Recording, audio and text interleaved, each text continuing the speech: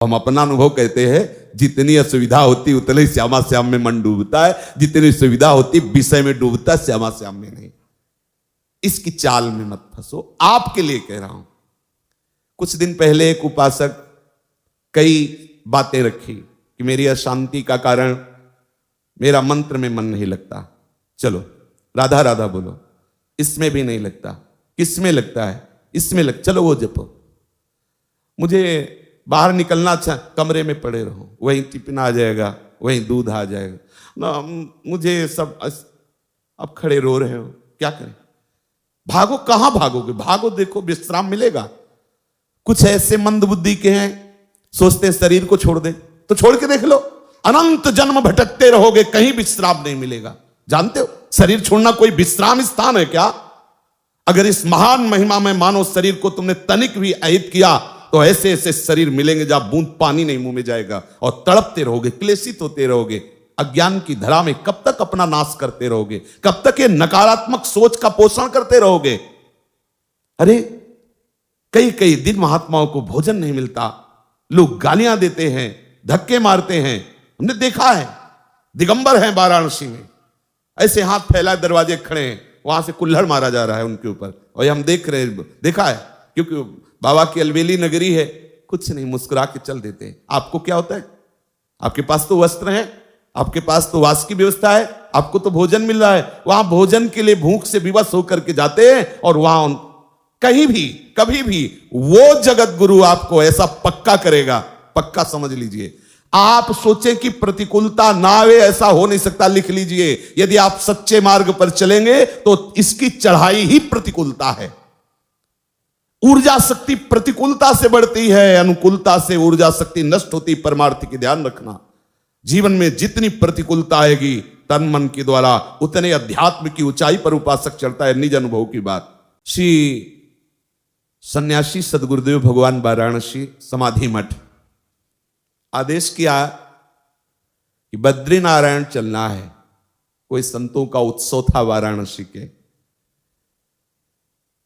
और अपना तो हृदय में आग लगी हुई थी कि यदि मैं वही हूं तो कैसा हूं, कौन हूं? मुझे ब्रह्मबोध होना चाहिए। नई अवस्था, बस एक ही लगन थी, मुझे ब्रह्मबोध होना चाहिए।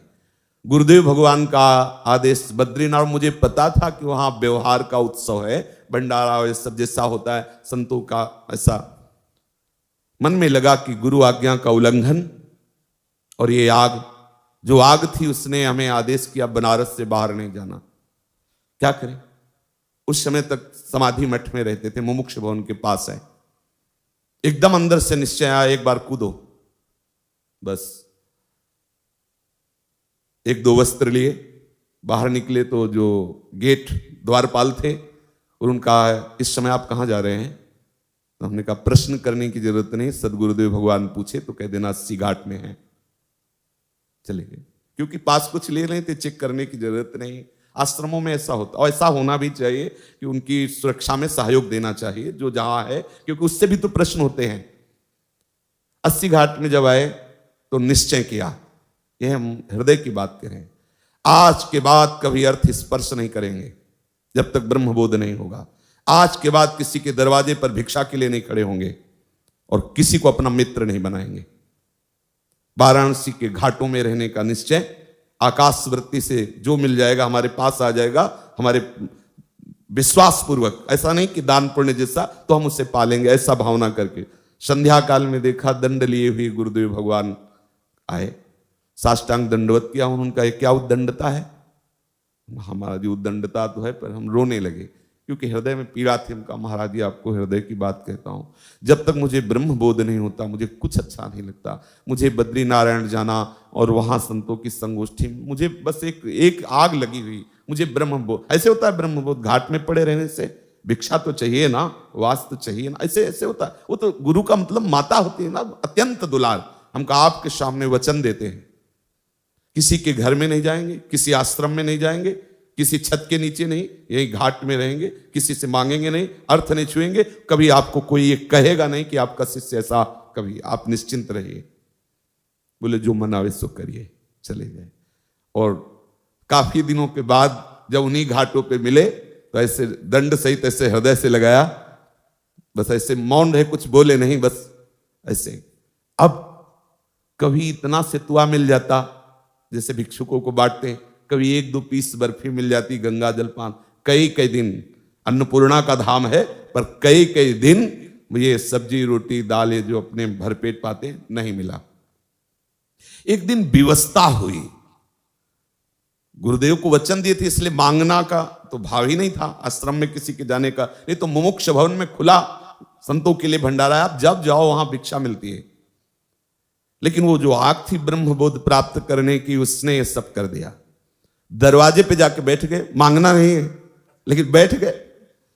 अब वहां से जो गृहस्थी के मुखिया थे वो निकले, कैसे बाबा बैठे हो? ऐसे ही बैठ गए। भोजन पाओगे?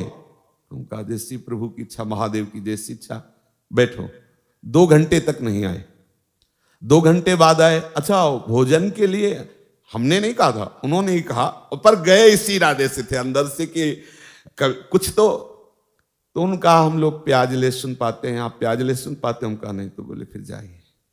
बहुत हंसी आई मन की चाल पर जब बाहर ले का, ठीक इसको ठीक दंड दिया गया। ये परमार्थ क्या है आपने अभी देखा नहीं है, लेकिन उसी परमार्थ का फल आपको केवल आज्ञा पालन से मिल जाएगा।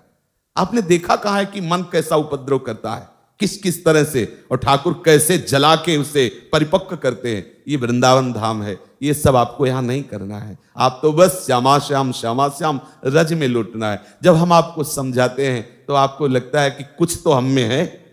आप ये नहीं समझते कि मां बच्चे को दुलार करती तो बच्चे की योग्यता देख के करती, क्या मेरा बच्चा है इसलिए दुलार करती है। इसलिए सब, चाहे गृहस्थ हो चाहे विरक्त हो, गुरु वचनों के अनुसार चलोगे तो परमार्थ की ऊंचाई पर स्थित हो जाओगे, और मन की चाल पे चलोगे तो भटकना ही है। ये तुम्हें दिखाएगा कि हम यमुना किनारे खूब भजन करेंगे। हम आपको कहते हैं, अगर आपने कोई भी उद्दंडता की तो माना कि 4 दिन ये आपसे वो करवाएगा, लेकिन 5वें दिन ऐसी जगह खड़ा करेगा जहां से आपका परमार्थ क्षीण होने लगेगा। विश्वास मानिए, धैर्यपूर्वक गुरु आज्ञा के अंतर्गत चलिए, तो ये मन श्यामा श्याम में अनन्य हो जाएगा। जो जन्म जन्मांतरों की साधना से नहीं मिलता, वो कृपा से तुम्हें मिल जाएगा। भगवत रसी जी कह रहे हैं, कै बच्चा के पेट, बस बच्चा ही तो बनना। बच्चा क्या करता है हमें बताओ? बच्चा शब्द से क्या तात्पर्य है? केवल आचार्य चरण गुरु चरण के सहारे हो जाना, आश्रित हो जाना। अंदर से सोच लो मुझे कुछ नहीं करना, अब मैं श्यामा श्याम के आश्रित हूं। हे श्यामा श्याम, जैसे अपने प्रायः सत्संग में कहते रहते हैं, आप ही हमारे साधन हो और आप ही हमारे साध्य हो। तो हमारे साधन का तात्पर्य क्या है? मैं आपकी शरण में हूं, आपके आश्रित हूं। अब आप जो करवाना चाहो तो देखो, महापुरुषों ने इसी बात का अनुभव किया है। तब उनसे जब बात करो कि प्रभु भजन निरंतर कैसे होता है, तो कहते प्रभु की कृपा से होता है।